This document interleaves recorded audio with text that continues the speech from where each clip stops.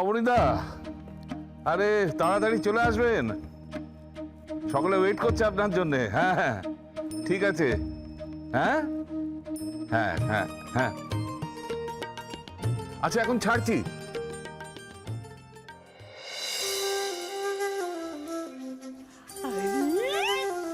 দিদু ভাই, তবে কি অপূর্ব দেখতে লাগছে!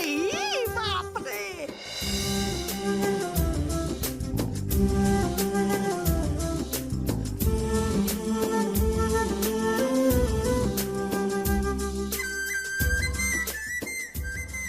বৌমা দেখো দেখো দেখো কি সুন্দর!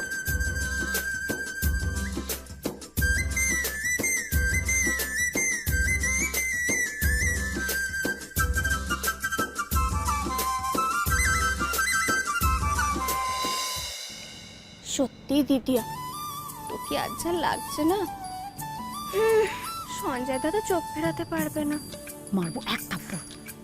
চুপ পেকেছিস না তুই? আমি কি করলাম? রাগ করছিস কেন? চুপ। না না, তুমি ভুল কিছু বলোনি, কিন্তু এখন কিছুক্ষণের জন্য আমাকে ম্যাডামকে ছেড়ে একটু বাইরে বেরোতে হবে। মানে এখন কোথায় যাবে তুমি? দেখুন, আমি তো বিয়ের পাত্র, তাই ওই পাত্র হিসেবে আমার নিজস্ব কিছু ডিমান্ড রয়েছে।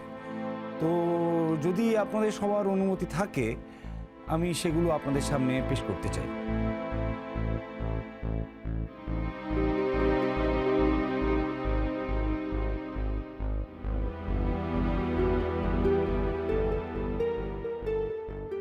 কিসের ডিমান্ড সঞ্জয়? আমি কি কোনোদিন কোনো ঘাটতি রেখেছি? না স্যার, আপনি আমার জীবনে কোনো অভাব রাখেননি, আর সেখানেই আমার সব থেকে বড় অভাব। শুরু হয়ে গেল এবার বাবার সাথে। আমার অপরাধ নেবেন না। আসলে আমি ঠিক করেছি আমি ডাইরেক্টলি এই বাড়ি থেকে এই বিয়ের বাড়িতে যাব না। মানে এই বাড়ি থেকে বেরিয়ে বর সেজে এই কলকাতা শহরটা একটু ঘুরে তারপরে বিয়ে বাড়িতে ঢুকবো। মানে ব্যাপারটা একটু না ঘুরে ঢুকলে না, ওই যে বর কখন আসবে, টেনশন হবে, এই এলো এই এলো, এই একটা ব্যাপার হবে না, মানে ওই জন্যে।